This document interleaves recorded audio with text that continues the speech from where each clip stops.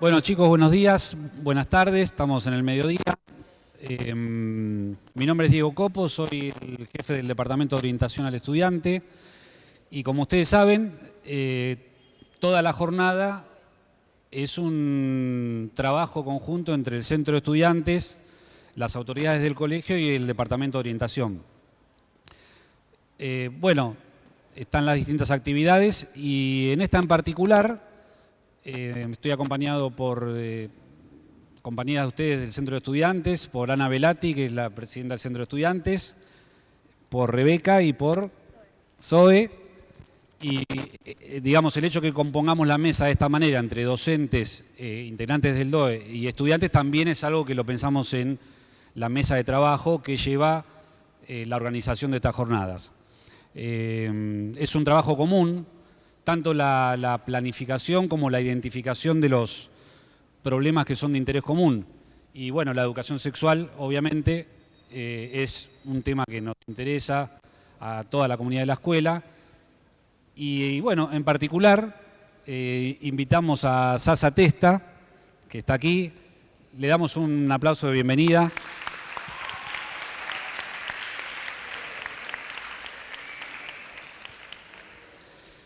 Sasa es profesor de literatura, de latín, ¿no? Bien, sí. También de latín, así que hay que hablar bien, hay que hablar muy bien acá porque el profesor...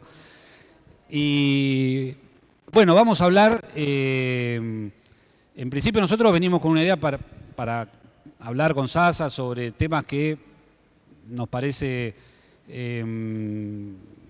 temas de género, temas de identidad, tema de la ley de género, que no sé si todos la conocen, creo que una buena cantidad de ustedes quizás lo conoce, pero vamos a hablar de eso. Y también nos interesaba, estábamos charlando acá con las compañeras, como ustedes se anotaron a esta actividad, pudiendo optar por otras, bueno, ahora Rebeca va a hacer una pequeña exploración sobre, bueno, ella lo va a decir, ¿ok? No, o sea, era una pregunta nada más que queríamos preguntar por qué habían decidido anotarse en este taller, en esta charla, y por qué no en otra. Eso, si alguien quiere decir. A ver. Lo que sí le pedimos que quien se tiene que acercar para el micrófono, pero simplemente... Ah, ok. Ahí. ¿Por qué se anotaron? Como para ir también conformando un temario sobre la base del interés de la inscripción de ustedes acá. ¿Alguien? O quizás los temas que yo dije son los de interés. ¿Y arrancamos? ¿Ana? No, yo particularmente estoy de este lado, pero igual me anoté en la charla. Me parece, venía pensando un poco como, bueno, la identidad de género, pero en sí la identidad que conlleva muchas cosas.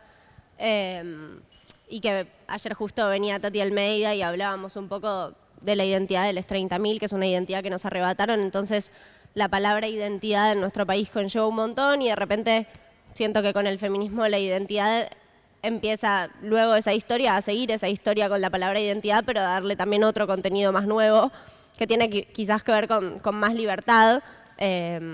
Los distintos géneros existen hace mucho y son infinitos, yo podría decir. Pero sí me parece que ahora hay una visibilización de eso bastante más que hace muchos años. Y hay una libertad para poder jugar un poco con nuestra identidad, que tiene que ver particularmente para mí con eso, con explorarnos un poco e ir descubriendo quiénes queremos ser, en tanto el género, en tanto lo que mostramos de ese género.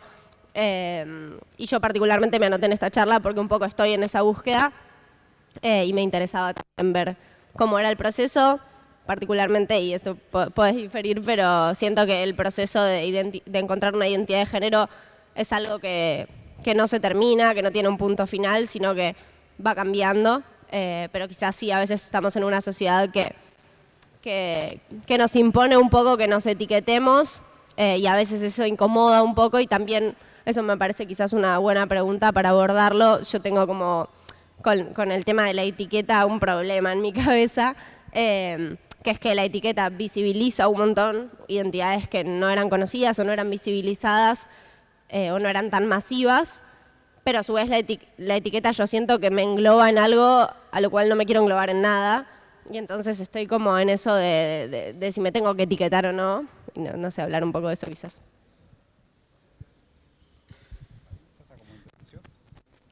Flor de introducción. Bueno, ¿qué tal? ¿Cómo andan? ¿Bien?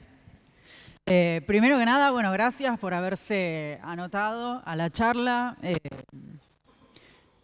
Tengo unos nervios bárbaros porque, bueno, siempre hablar es un acto político y también es una responsabilidad muy grande y bueno, nada, yo soy docente, de hecho vengo de haber dado clases en otra escuela y cada vez que me pongo a pensar, sinceramente, pienso y siento que el cambio lo están haciendo ustedes, que ustedes son actores políticos y protagonistas de un cambio importantísimo en la sociedad y que el afloramiento masivo de una juventud que se está replanteando cuestiones de género, que está pensando y repensando el transfeminismo o los transfeminismos y las cuestiones que tienen que ver con la disidencia de género, de sexo,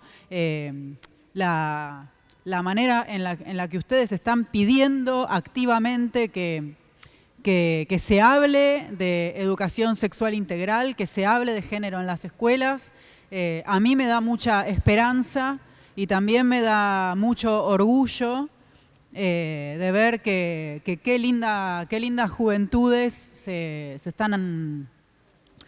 están formando, digo, los pañuelazos del año pasado, las vigilias, las marchas por Ni Una Menos, las marchas del orgullo llenas de gente joven.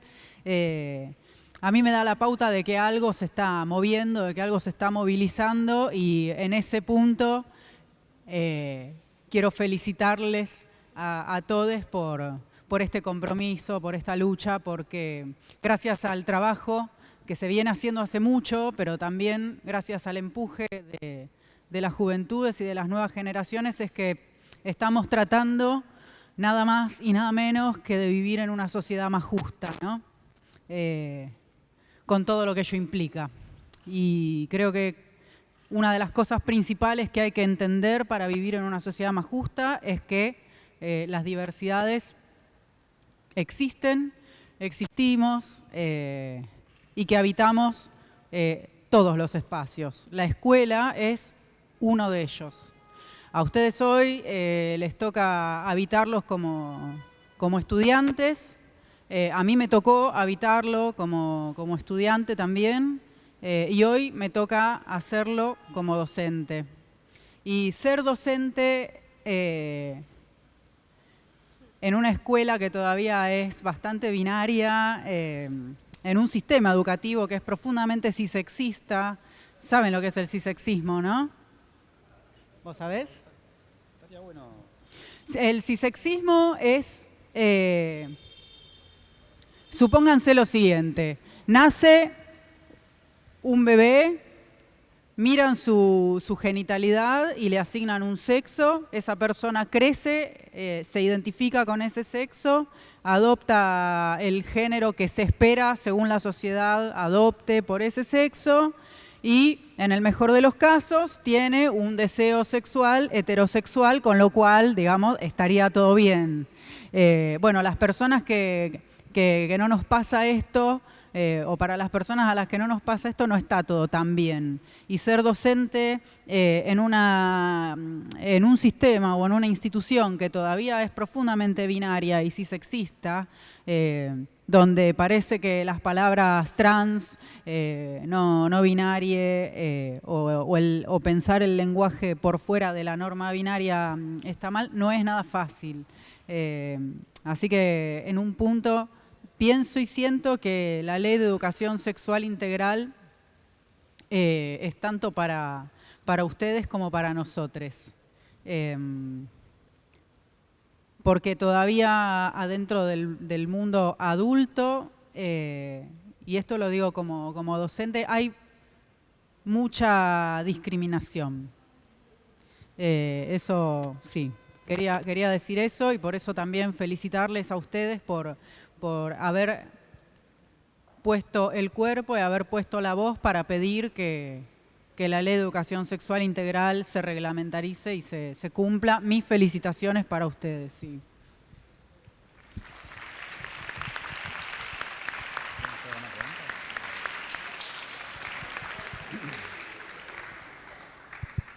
Yo, Sasa, te quería preguntar, porque, bueno, te escuché en algunos lugares hablar y, como vos decías, sos docente, somos docentes, y utilizar este espacio como estamos haciendo para aprender. Y quizás lo damos por hecho, pero a lo mejor no tenemos tan claro o nunca nos detuvimos a pensar en qué es el género. Quizá podemos conversar un poquito sobre eso. Estamos hablando de identidad de género. A veces se confunde con la cuestión de la elección de objeto sexual.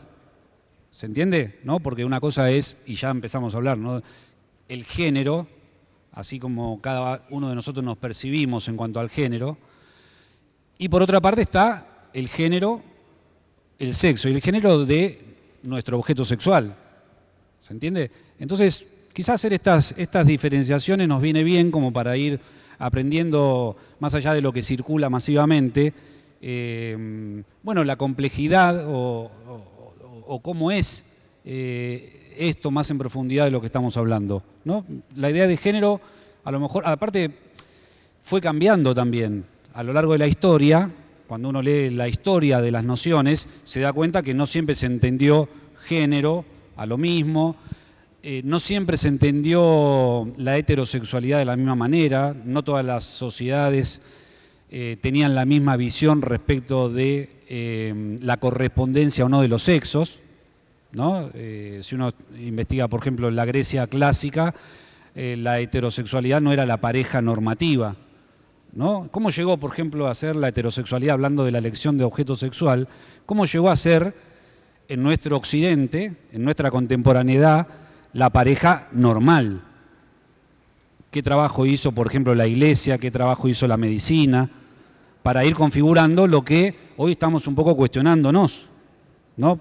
Lo estamos un poco interrogando. Entonces, digo, quizá, por ejemplo, ¿qué es el género?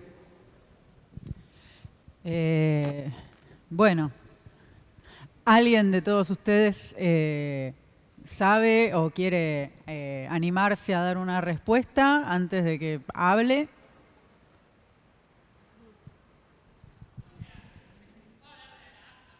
Es que no se escucha.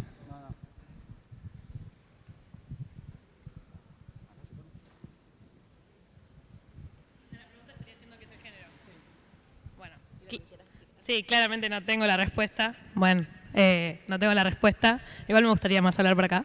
Pero yo creo que el género es como... O sea, lo que hizo... como que el sexo lo impone la biología, ¿no? Entonces yo entiendo que el género es como el sexo biológico pero impuesto por la sociedad. O sea, es como una especie de cosas que se esperan y cosas que te imponen, pero a través de la sociedad en cambio de lo biológico. Entonces... O sea, a mí también me pasa eso y por eso me anoté hoy acá, porque tengo un montón de preguntas sobre eso. Y como que siempre me pasa es, ¿por qué me quiero definir en eso? O sea, ¿por qué no puedo liberarme de eso y que no exista más? ¿Se entiende? Así que nada, eso. Yo siento que el género son todas esas cosas que te imponen y que se espera a la sociedad que seas a partir de determinadas características. O sea, si vos te concebís como mujer, tenés que tener determinadas características y eso es lo que yo entendía que hace la biología con el sexo. O sea, si vos tenés, no sé, un aparato reproductor femenino, sos hembra, ponele. Y nada, esa es mi definición. Bueno, gracias.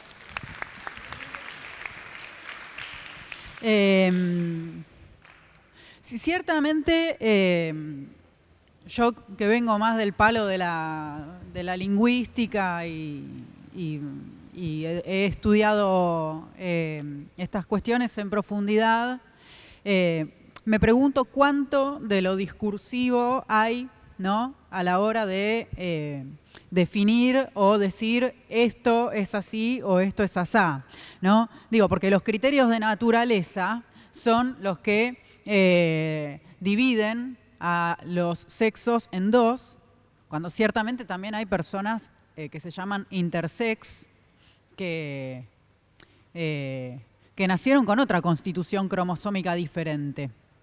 Pero el discurso médico se ha encargado de considerar la intersexualidad como una enfermedad que hay que reparar a través de cirugías. Cirugías que se llaman de normalización, para adaptar su cuerpo a lo que el discurso médico de la biología dice que debe ser un hombre o dice que debe ser una mujer, ¿no? Este aquí que para ser un hombre se espera que la constitución cromosómica sea XY, que el cuerpo tenga testículos, pene, que crezca barba, que crezcan pelos en el pecho y demás. Y para un cuerpo femenino se espera una constitución cromosómica XX, un aparato con ovarios, útero, vulva, que crezcan los pechos y que no crezca pelo de barba. Pero el género va mucho más allá del cuerpo. El género tiene que ver con la identidad y con cómo uno se siente en su más personalísima intimidad. Aquí que por eso la ley de identidad de género habla de autopercepción. ¿Ustedes han leído, conocen la ley de identidad de género? ¿Quiénes sí? 1, 2, 3, 4, 5, 6, 7. Bueno, para los que no la conocen, la ley de identidad de género fue una ley que se sancionó unos 6 o 7 años después de la ley de educación sexual integral y que habla de la autopercepción. Autopercibirse tiene que ver con cómo uno se siente, ¿sí? Yo pude haber nacido con un determinado cuerpo. Ahora, lo que dice mi partida de nacimiento, que está escrita por una autoridad médica, refleja toda una tradición de pensamiento patriarcal que se ha encargado de dividir a los cuerpos en dos y a los que no se ajustan de normalizarlos, y también a dividir a los géneros en dos. O se es varón o se es mujer, pero parece que no se puede ser otra cosa o no se puede salir de eso sin que la sociedad crea que eso está mal o que, bueno, hay que tratarlo porque seguramente bien del todo no está. La verdad es que no es así. La ley de identidad de género lo que hace es reforzar los criterios de autopercepción. Y es muy interesante, y se los digo por si hay alguna persona que está pensando en cambiar su DNI o si están planteándose la posibilidad de realizar una transición o lo que fuere. Ustedes, con el solo hecho de enunciar con qué género quieren ser tratados, tratadas o tratades, el resto de la sociedad está obligado a nombrarlas y nombrarles como ustedes digan que deseen ser nombrados, nombradas o nombrades. Cualquier otra alteración de eso es una cuestión de ir en contra de una ley. Esto se los digo porque de este lado, a mí, en mi experiencia personal como docente, yo soy una persona de género fluido, una persona que no se identifica totalmente ni como varón ni como mujer, que tengo un DNI que tiene una letra arbitraria puesta por el registro civil en su momento, pero que prefiero que me llamen con pronombres masculinos o neutros. Y de este lado, como docente, les digo que es bastante difícil para mí convivir con colegas que todavía me siguen diciendo profesora Testa. Porque sinceramente para mí ya es una falta de respeto. Y llega un momento donde uno se cansa de aclararlo, ¿no? Por eso lo bueno de que exista una ley como la Ley de Identidad de Género, porque de algún modo ampara y te acompaña en este proceso que no es nada fácil, que es como lo que se planteaba ella, él, ella, como se planteaba ella, que es nada más y nada menos que la búsqueda, la construcción o la deconstrucción de una identidad. Porque a mí me llevó muchos años y también me llevó mucho miedo poder hablar, poder decir, pero les aseguro que el alivio que sentí desde el momento en el que pude decir quién soy, no hay manera de explicarlo. No se los puedo explicar, es algo que se vive. Y en este sentido, para poder diferenciar un poco sobre sexo y género, el género o los géneros, como a mí me gusta más pensarlos, porque hay tantos como personas en el mundo para mí, tiene que ver con una construcción personal, ¿sí? Y también con lo que hay una teórica que se llama Judith Butler, no sé si la conocen, si la han leído. Judith Butler es uno de los referentes de los estudios queer a nivel mundial y en uno de sus textos habla de que el género o los géneros, como me gusta a mí decir, son actos performativos. ¿Alguien sabe o se imagina qué es un performativo? ¿No? ¿Qué?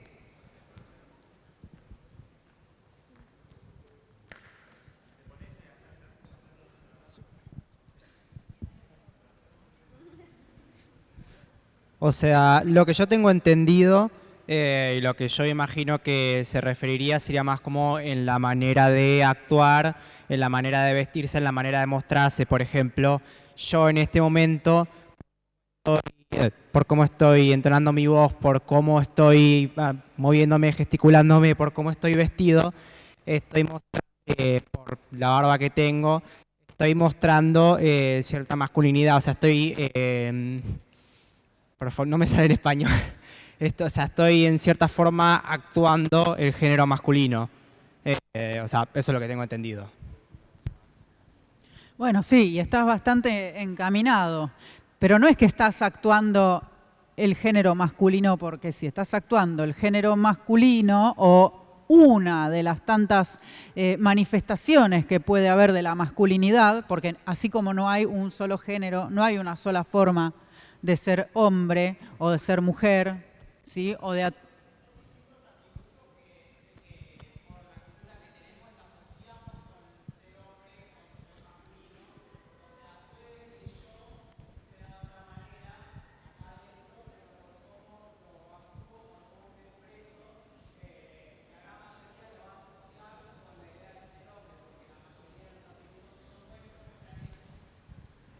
sí, pero esa manera en la que la sociedad te lee como un hombre tiene que ver con la constitución de algo que es lo que por suerte ahora nos estamos cuestionando, que es el patriarcado, ¿verdad? Y el patriarcado, hay un texto muy lindo que se los puedo recomendar, es de una historiadora, Gerda Lerner, que se llama La creación del patriarcado. Y ahí Lerner dice que la historia como disciplina, como materia, como lo que ustedes estudian en la escuela, fue tradicionalmente contada, escrita y narrada por hombres. Por supuesto que hombres cis, blancos y con un determinado poder social, económico y político. Porque en la antigua Grecia saben que los hombres eran determinadas personas, por debajo de los hombres o de los ciudadanos estaban las mujeres, niños, niñas y esclavos, que no revestían la categoría de ciudadanos. O sea que la historia como materia la escribieron estos ciudadanos. Pero después, con la segunda ola del feminismo, sobre todo en la década de los 70, las mujeres también, las mujeres cis, preferentemente blancas, heterosexuales y de clase media, toman conciencia de esta situación y empiezan a hacer algo que se llama revisionismo histórico, que consiste en revisar críticamente qué se ha dicho sobre lo que pasó en la historia, ¿no? Y ahí empieza como a haber una nueva manera de contar la historia. Imagínense, todavía de cuestiones trans o no binarias ni se hablaba. Pero esa manera que vos decís que te leen de ser hombre responde a un pensamiento que tiene que ver con esta epistemología o con esta manera de entender la masculinidad, que tiene que ver con lo que tradicionalmente se le asocia a la masculinidad: la fuerza, la violencia, la vida pública, mientras que a los cuerpos leídos como femeninos, lo contrario, la vida privada, lo doméstico, la reproducción, ¿no? Las imposiciones de la maternidad obligatoria, que hoy también, por suerte, nos estamos cuestionando todos y todes, y aún más quienes tenemos los cuerpos con capacidad de gestar. Pero no necesariamente implica que esa sea la masculinidad o la única manera posible sobre la masculinidad, ¿no? Del mismo modo, la femineidad no tiene que ver con tener un ovario o dos o una determinada constitución cromosómica. Tiene que ver con el pensamiento que el patriarcado ha construido sobre los cuerpos femeninos. De hecho, Jean-Jacques Rousseau, en este libro, cuando habla sobre la razón rusoniana, que hay un texto de Rosa Cobo que lo pueden leer, sobre la crítica que se hace al concepto de razón rusoniana, Rousseau piensa en la idea de razón, pero en una razón como atributo de los hombres, de las masculinidades, porque a las mujeres se le atribuía solamente el mundo del sentimiento. Y si esto lo piensan desde una perspectiva de la historia de las ciencias, se van a dar cuenta que hay un montón de científicos varones y que las mujeres, cuando quisieron acceder al mundo de las ciencias o al mundo de la academia o al ejercicio del derecho al voto, tuvieron que pelear un montón y tuvieron que ponerse de traste, me van a perdonar la palabra, con todo un sistema que no quería que esto fuera así, porque implicaba también correr el centro del poder, ¿sí? Y sobre esta lógica binaria también del centro del poder y la periferia, se constituyó un pensamiento que divide al mundo en dos. Digo, no solamente a los géneros. Si nos ponemos a pensar, por lo menos nuestra manera de entender el mundo está fuertemente dividida en dos. Y pensémoslo desde la escuela, ¿no? Estudiante presente, estudiante ausente. Estudiante aprobado, estudiante desaprobado. El estudiante que pasa de año, el estudiante que repite de año. El que puede, el que no puede. El que sabe, el que no sabe. Y es una locura si nos ponemos a pensar. Digo, pensar que solamente existen dos posibilidades. Hace un tiempo atrás encontré en el libro de temas, que son los libros que firmamos las y les docentes por cada hora de clase que damos, donde especificamos qué vamos a dar, que en la parte de adelante habla de señor profesor y señor jefe de preceptores, cuando la docencia es una tarea históricamente asociada a los cuerpos femeninos y a la que se nos impone también esto de ser como las segundas mamás, nuevamente reforzando esta idea de la maternidad obligatoria, pero finalmente quien es el señor es el profesor y quien es el jefe de preceptores se lee como un varón porque es señor jefe de preceptores. Entonces pienso, bueno, está bien, hay un mundo binario, pero no es la única posibilidad que existe para vivir. Y esto lo pienso o lo empecé a pensar cuando pude decir que yo no me identifico ni como varón ni como mujer. Que como les dije, no fue un proceso nada fácil porque todos, todas y todes tenemos toda esta tradición absorbida en nosotros, en nosotras y en nosotres. Por eso es tan importante pensar en la identidad y pensar en quiénes queremos ser y cómo queremos vivir. Porque la identidad también nos define y nos permite vivir la vida. Nos hace el mundo un poco más habitable, ¿no? Y cuando me preguntabas cuál es el rol de la Iglesia, bueno, qué pregunta difícil que me haces. A mí me mandaron a una escuela privada, católica, me bautizaron, tomé la comunión y demás. Yo quería ir al Colegio Nacional Buenos Aires cuando estaba en mis tiempos de juventud. Terminé yendo a esta escuela. Pero a mí me hubiera gustado un montón intentar el ingreso al Buenos Aires. Y el año pasado comencé mis trámites de apostasía. Los trámites de apostasía son los trámites que una persona realiza cuando quiere desvincularse de la Iglesia Católica. Y decidí hacer esto porque, entre otras tantas cosas, el año pasado terminé de cursar una maestría en estudios y políticas de género y tuve un seminario muy lindo sobre cultura y saberes subalternos, a donde se hizo un recorrido histórico analizando principalmente la cuestión de la caza de brujas. ¿Conocen? A las personas acusadas de brujería, principalmente mujeres, la Iglesia Católica las quemaba vivas, ¿no? La Inquisición también se encargó de hacer un índex, que era un libro en el que se publicaban todos los títulos que la Iglesia no autorizaba a leer, y había personas de la filosofía que hoy estudiamos o leemos con tranquilidad, que estaban prohibidas, que algunas fueron perseguidas y muchas personas fueron asesinadas. Y uno dice, bueno, esto pasó hace un montón, pero ¿por qué les digo que es tan importante la identidad? Porque también va de la mano de la memoria. Y es muy importante para mí, por lo menos, tener memoria y encargarme de no perderla. El año pasado se debatió en el Congreso, como todas, todes y todos sabemos, proyecto de ley por la legalización del aborto.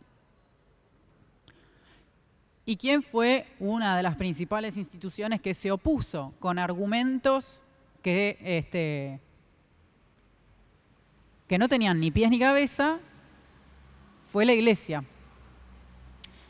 Y entonces yo me replanteé. Cuando fue el momento de sanción de la ley de matrimonio igualitario, que para mí no debe ser igualitario, sino universal, porque personas somos todos, todas y todes, y cualquiera se puede casar si tiene la gana de hacerlo, y cualquiera se puede divorciar si desea hacerlo, y cualquiera puede no casarse si desea no hacerlo. La Iglesia salió a decir que la familia estaba constituida por un varón y una mujer. O sea que yo no tendría derecho a formar una familia, por ejemplo. Y es tremendo que porque una institución levanta la mano y dice cómo vivir, haya un montón de cuerpos que hoy no pueden decidir qué hacer con un embarazo. Hace poco, en Tucumán, no sé si se han enterado lo que le pasó a una nena de 11 años. ¿Lo saben? Y no pudieron abortar, y no la dejaron abortar. Entonces yo creo que la Iglesia, que también, o casualidad, su cúpula es una cúpula compuesta por varones cis, no preste oídos al avance de la sociedad, porque la sociedad y gracias al movimiento transfeminista, también se está replanteando qué hacer con la soberanía corporal y qué hacer con la autonomía corporal, para que nadie nos diga qué hacer, ni con nuestro cuerpo, ni con nuestra vida, ni con nuestra identidad. Entonces yo pienso que sí, que la Iglesia y el patriarcado, o la doctrina religiosa y el patriarcado, están fuertemente ligados para la constitución de un modelo de pensamiento que se traduce en un modelo de vida que es binario y también es excluyente, porque a la gente que no se adapta se la deja afuera. Y eso es una vergüenza. Eso no puede ocurrir en una sociedad como la que nos estamos planteando muchos y muches. Digo, ahora hay otra mesa también, ¿no?, con la gente del bachillerato popular Mochacelis. En el año 2015 hice una investigación sobre este bachillerato que la publiqué en un libro en 2016.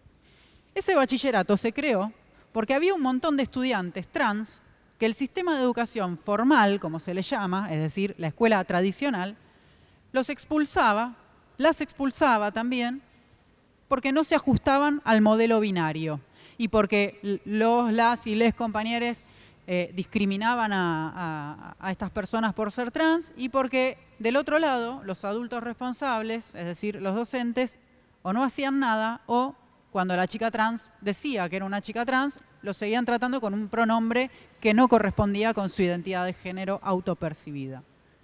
Y entonces terminaban dejando la escuela. Gente, esto no puede pasar. La educación es un derecho humano, universal e innegable. Y todo esto, en gran parte, por una lógica binaria de género, dicotómica, es decir, excluyente. O sos una cosa o sos otra, o estás de este lado o de este, pero no podés las dos cosas juntas. Eso es una dicotomía, un esquema que plantea una disyunción con una imposibilidad de unión. Y por eso también, como se ha construido esta idea de que el hombre cis es el sexo fuerte y la mujer es el sexo débil, han ocurrido tantos femicidios, travesticidios y transfemicidios que tampoco deberían ocurrir. No debería ocurrir ningún crimen de odio y no debería ocurrir que ninguna persona se crea con el poder de arrebatar la vida de otra, ni tampoco una institución que diga qué hacer con nuestros cuerpos. Y esto se los digo también, no como sasatesta, activista de género, investigador y docente, se los digo como persona. Nunca, jamás permitan que nadie les diga cómo vivir. Nunca, jamás hagan algo que no quieran. Porque eso no puede ocurrir. Siempre hagan y vivan todo lo más libremente posible.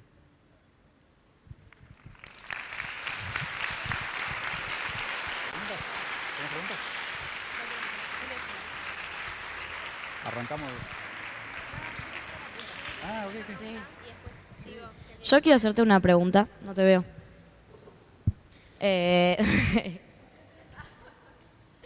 No, quiero hacerte una pregunta.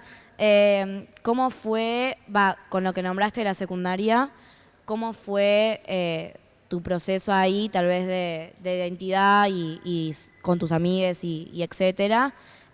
Porque lo que yo pienso es que por lo menos a mí la secundaria me cambió un montón. Yo estoy en segundo año recién, pero estos 1 año y medio me cambió un montón. Nada, te quería preguntar eso.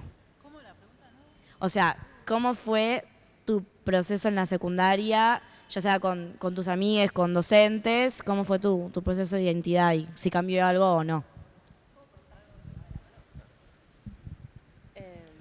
O sea, igual después me gustaría quizás hacerte otra pregunta, pero de la mano con lo que decía Rebe, un poco poder hablar de qué es y qué significa el género fluido. Y yo me quedé con un par de cosas viejas, pero quería decirlas. Cuando habló Loli de lo que era el género y después vos diste tu perspectiva, yo creo que, de nuevo hay dos, pero digo, como está la parte mala y está la parte buena en la que podemos ver el género. Loli quizás nombraba la mala, ¿no? Del género como algo impuesto y el género como algo en lo cual podemos autopercibirnos y descubrirnos. Y a mí, porque creo que también va de la mano con pensar un proceso, ¿no? Pero a mí me pasa que ya sé que no soy mujer, o sea, pero de repente tener que meterme en algo de nuevo, como decir, ok, no soy esto, ¿y qué? Soy género fluido, y soy no binaria, y soy una femineidad, y tener que cambiar por eso el artículo con el que me hablan. Yo estoy muy acostumbrada, teniendo 18 años, a que toda la vida me hablaron como femineidad, digamos, con la A. Y todo ese proceso, de nuevo, ¿no? Teniendo que ver con la etiqueta de que es algo bueno, pero es algo malo y es algo contradictorio. Y sé que es un proceso y que no es que de un día para el otro decís, no soy mujer, soy hombre, soy trans, soy lo que fuere, cualquier género de todo lo que hay, pero... y de nuevo, también hay algo que me pasa, que es que siento que el género fluido, que la transición, que la no binariedad, todo se basa en partir de la base de que éramos o mujeres o hombres, u hombres. O sea, como de decir, no soy ni mujer ni hombre, entonces transicioné de eso, entonces no entré en esa binariedad y todo de nuevo pasa a basarse en base a eso. Y me pasa de que sé que no soy mujer, por ejemplo, pero no me molesta que me hablen con la A, entonces de repente sé que la gente no sabe que no soy mujer.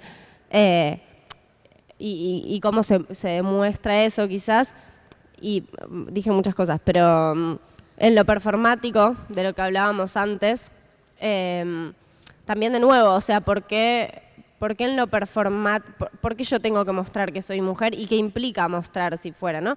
Que soy mujer, digamos, si por ser mujer tengo que vestirme con ropa ajustada, tengo que depilarme o ponerle acá, digo, ya no salimos un poco de ese paradigma, pero hay un poco en lo que seguimos, digamos, como tener una cara femenina, pintarte los labios, usar aritos, o sea, como digo, ¿por qué tiene que ser performática necesariamente el género? Nada, un poco eso. No sé. Todo. Performativo. ¿Por qué? No, no tiene que ser. Es una manera de interpretarse. Pero si no es performativo, ¿qué? Y si no es performativo, ¿qué es? O sea, ¿cómo demuestro mi género? Hay algo que se llama expresión de género. ¿Conocen? ¿Saben de qué hablo cuando hablo de expresión de género? Es...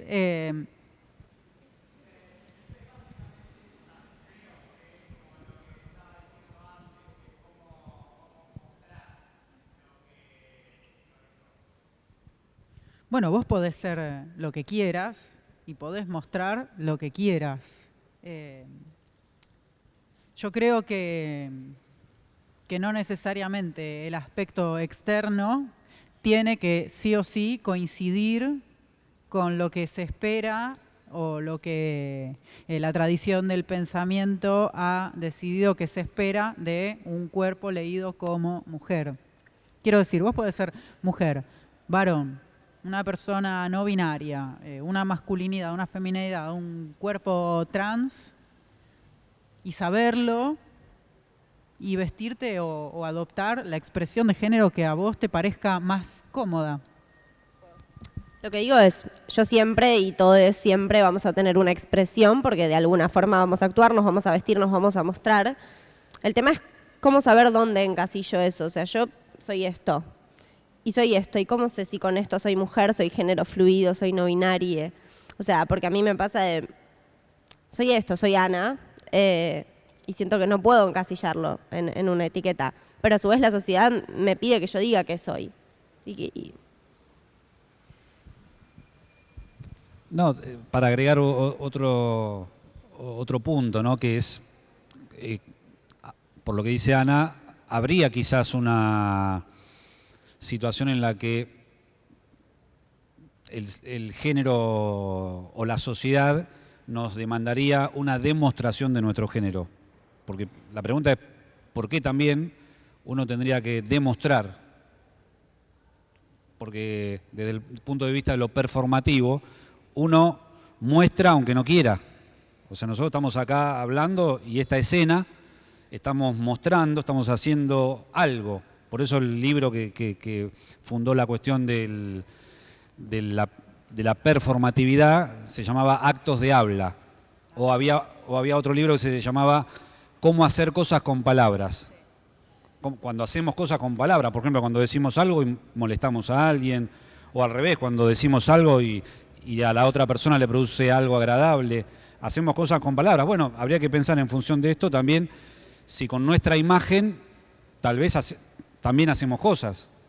Ahora, después está la cuestión de la demostración que planteaba Ana, de, bueno, ¿cómo es eso de uno es tal como es y por qué tiene que demostrar o por qué uno siente que tiene que demostrar, ¿no? Como si tuviera que probar algo, porque ya uno lo deja en una posición un poco como, ¿no? Un poquito en falta, y entonces tiene que demostrar algo, como dar las garantías de algo.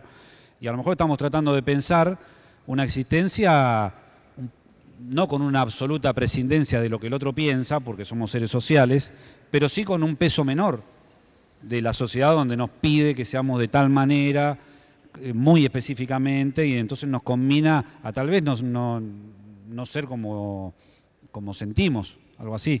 No sé si... Hola, así. Sí. Yo creo que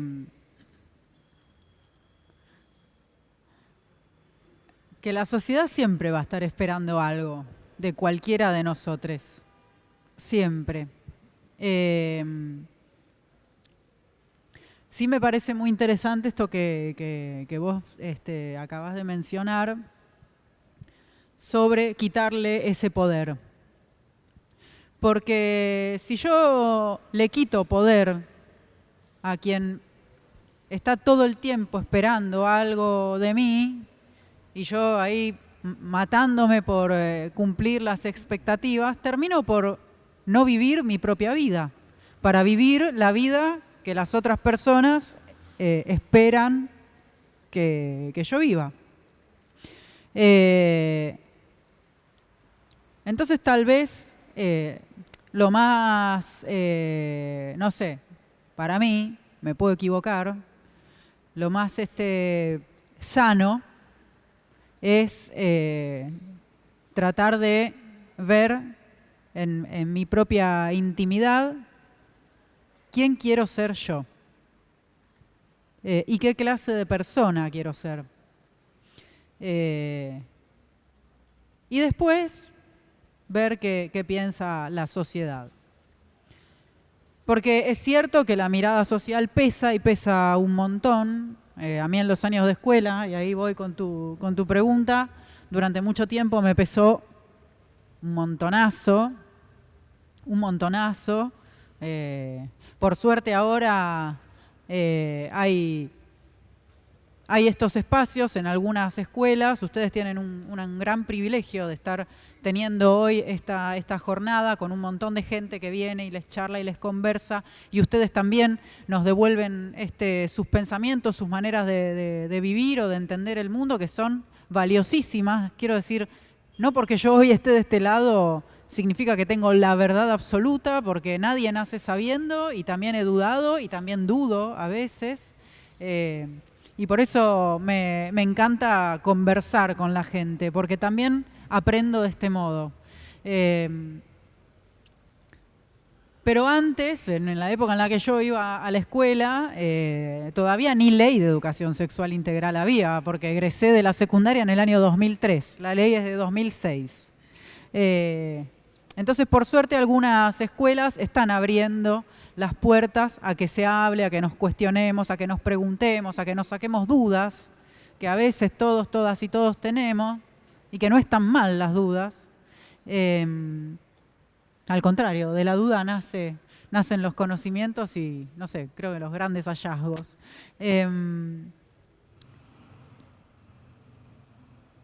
Después de muchos años de estar viviendo o de estar existiendo en el mundo, haciendo lo que se puede, empecé a pensar que quizás lo más sano era, como les decía, ver primero yo, en mi intimidad, qué quiero para mí, qué deseo y qué clase de persona quiero ser. Y después ver cómo lidio con todo eso y la sociedad.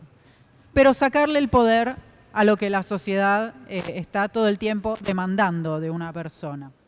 Porque en la medida en que le saco el poder, la corro del centro. Y sin centro no hay periferia.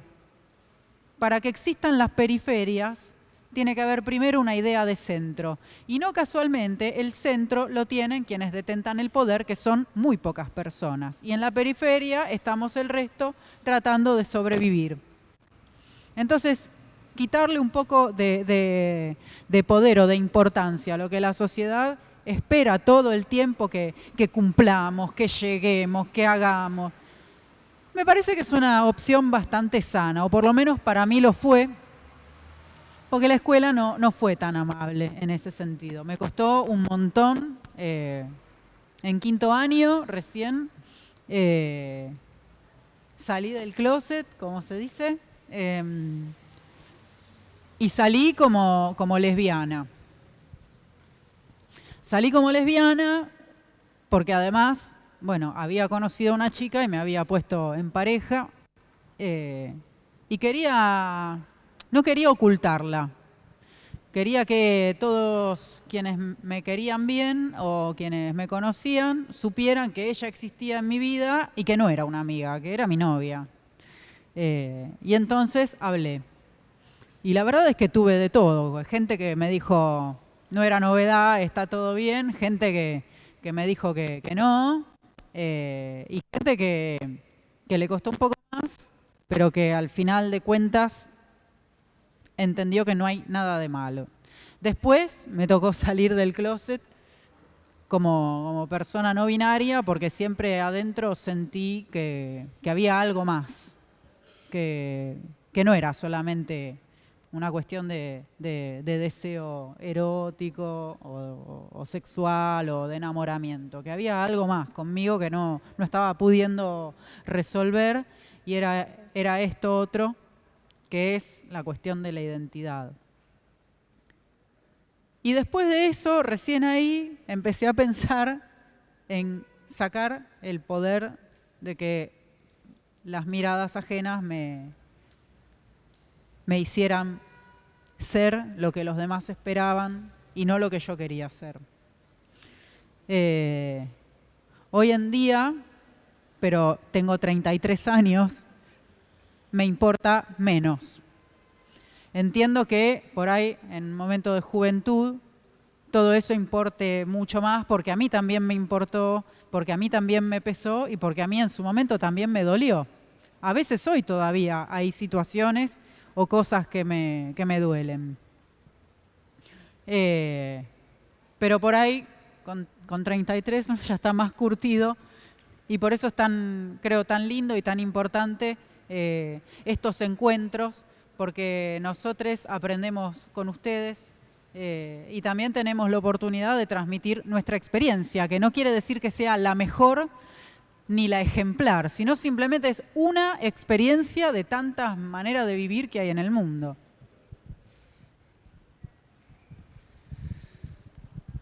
Bueno, aplauso, aplauso. No hay que... Acá sí hay que demostrar.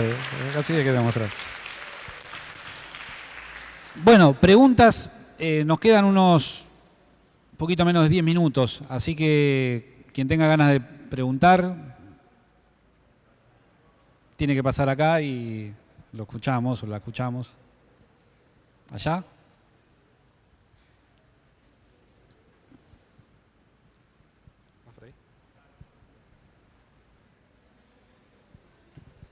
Hola, ¿ahí? Ok.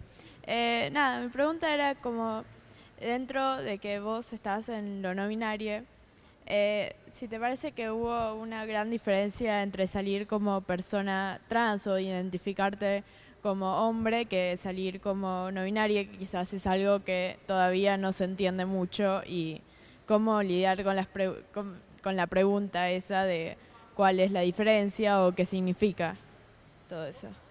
O sea, ¿cómo significa el ser no binario y la gente entendiendo o no de que la diferencia entre salir como hombre que como no binario? O sea, o sea, es la gente pensando que si la gente piensa que vos sos un hombre o si hay una diferencia entre salir como persona trans o como no binario. ¿Todo el mundo escuchó lo que preguntó? ¿No? ¿Pronombres? Sí. La compañera preguntó si había una diferencia, si la gente piensa o si hay alguna diferencia entre salir del closet o declararse como una persona trans a salir del closet o declararse como una persona no binaria. ¿Entendí bien? Bien. Eso me preguntó la compañera. Y sobre esa pregunta, yo tengo, creo hoy, dos respuestas. La primera es que no sé si hay alguna diferencia. Lo que sí me animo a decir que sé es que hay una diferencia entre ajustarse a lo que se cree que es y lo pongo en 1000 millones de comillas porque no creo en esto, entre lo normal y lo que no es normal. Sí creo que hay una diferencia entre vivir como una persona heterosexual, con un sexo género asignado al nacer que se ajusta a lo que la sociedad cree que tiene que ser, y vivir de este otro lado. Después, si uno sale del closet como una persona trans o no binaria, yo no sé si hay una diferencia en eso. Porque, como te digo, la identidad es algo que se vive muy íntimamente. Yo sé hoy que soy una persona no binaria de género fluido. ¿He probado con la testosterona? Sí. Pero la testosterona no me hace ni más ni menos hombre, ni más ni menos persona trans. Una persona trans también puede decidir si se hormona o no se hormona. Si voy a continuar con hormonas, no tengo idea por ahora. Tal vez en algún momento tenga una respuesta por ahí más cerrada. Pero me parece que no hay diferencias entre salir del closet como cualquier identidad. Sí creo, por mi propia experiencia, que hay diferencias entre vivir una vida, que es lo que la sociedad dice que hay que vivir, y decidir vivir la vida que uno desea vivir. O sea, no quiero ser molesta, ya hablé mucho, pero en cuanto a todo lo que decía antes, o sea, lo que yo iba no es a vivir la definición de mi identidad con la sociedad, porque si bien es una presión que existe, lo vivo conmigo, y lo vivo sola, y lo vivo adentro, viviéndolo con gente, pero lo vivo para conmigo. El tema es que viviéndolo para conmigo, a lo que voy es, por ahí la pregunta sería si se puede no definirse en ninguna de esas etiquetas, como si se puede decir, no soy mujer, no soy trans, no soy no binaria, no soy trans, o de última, ¿por qué dentro de lo que yo estoy siendo en este momento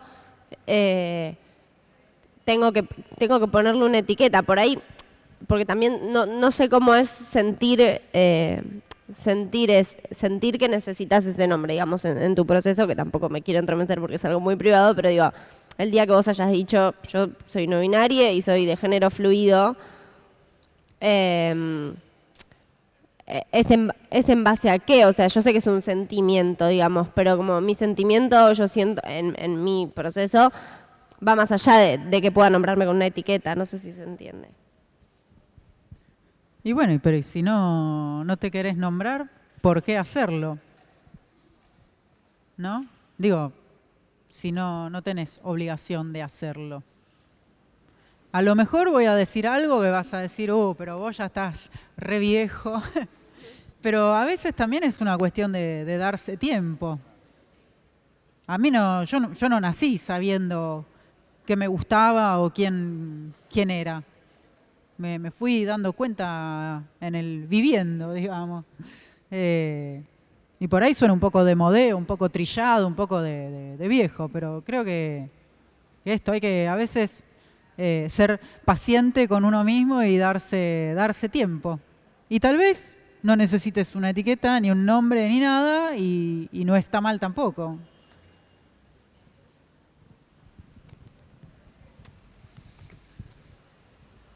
¿Alguna pregunta?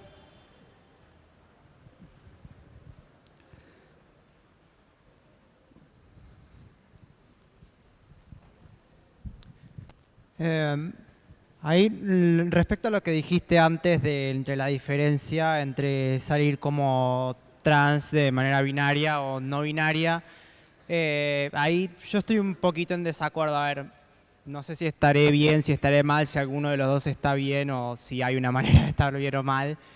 Pero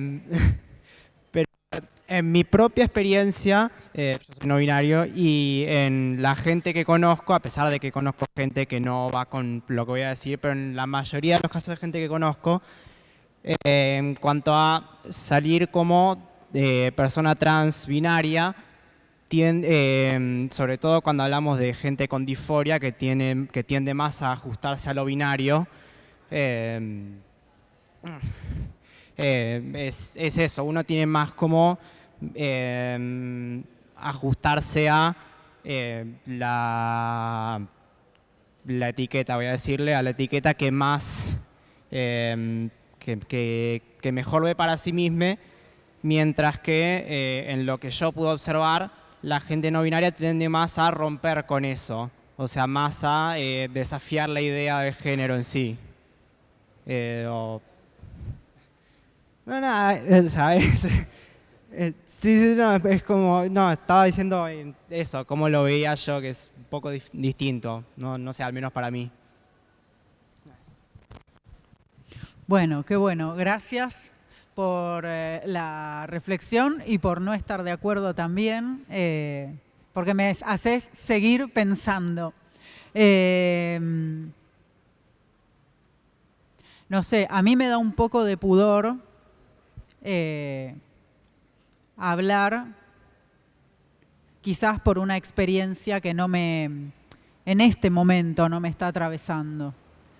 Como dije antes, yo en algún momento estuve con testosterona en gel, después la dejé, después la volví a retomar, y hoy en día la verdad es que yo me planteo sobre si seguir adelante con la testosterona o no, pero con respecto de lo que vos decís, por ahí, de una identidad que sí quiere ajustarse más, sobre ese punto y por respeto a esas otras identidades, yo no puedo dar una opinión que no tenga que ver porque estoy haciendo algo que es hablar por la experiencia de otra persona, y eso es algo que yo decido no hacer porque no lo considero ético. Simplemente di mi punto de vista desde mi experiencia. Que dije, es una de tantas, no quiere decir que esté bien o esté mal. Simplemente es mi manera de vivir y de entender. Sí creo necesario, por tu intervención, que te agradezco, destacar que no es nada fácil, ya del vamos, atreverse a no ser aquello que se espera, y que por eso también hay muchas personas del colectivo travesti trans que no tienen trabajo, y que por eso existe una ley de cupo laboral trans, porque a la gente no le dan trabajo simplemente por ser trans, cuando no tiene nada que ver una cosa con otra. Entonces, nada, nuevamente agradecer tu intervención, agradecer tu desacuerdo, porque creo que eso nos ayuda a todos a seguir pensando, porque como dije, mi experiencia es solo una de tantas y la razón es un punto de vista nada más, ¿no? no es que haya una sola razón y que yo sea la portaluz de la verdad. Creo que hay muchas verdades y muchas maneras de entender el mundo. Lo que sí creo que hay algo que no se puede negociar, que es el derecho a la identidad y el derecho a vivir la vida como uno desea vivirla, sin que te falten el respeto, sin que te excluyan, sin que te discriminen y sin que nos maten.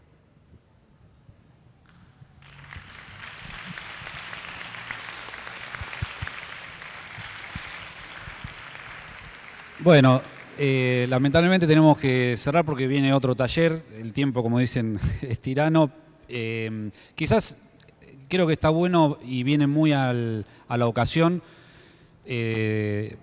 cerrar dando esta información, que la escuela, frente al pedido de distintos estudiantes, compañeras, que han pedido el cambio de nombre a partir de la identidad de género acá en la escuela está acompañando todos estos procesos, que ya son cerca de una decena, y es un proceso en el que también acompañamos a la persona que lo pide y a la familia, porque tenemos situaciones donde simplemente con el cambio de nombre se ve muy claramente cómo hay que respetar los tiempos de todos, que inclusive papás o mamás llegamos a un acuerdo con el estudiante en que piden tiempo para usar un nombre que lo puedan decir hasta que se vaya haciendo la transición. Simplemente transmitir eso porque estamos justo hablando del tema y creo que es importante. Así que bueno, le agradecemos a Sasa enormemente con un aplauso y lo vamos a invitar otra vez.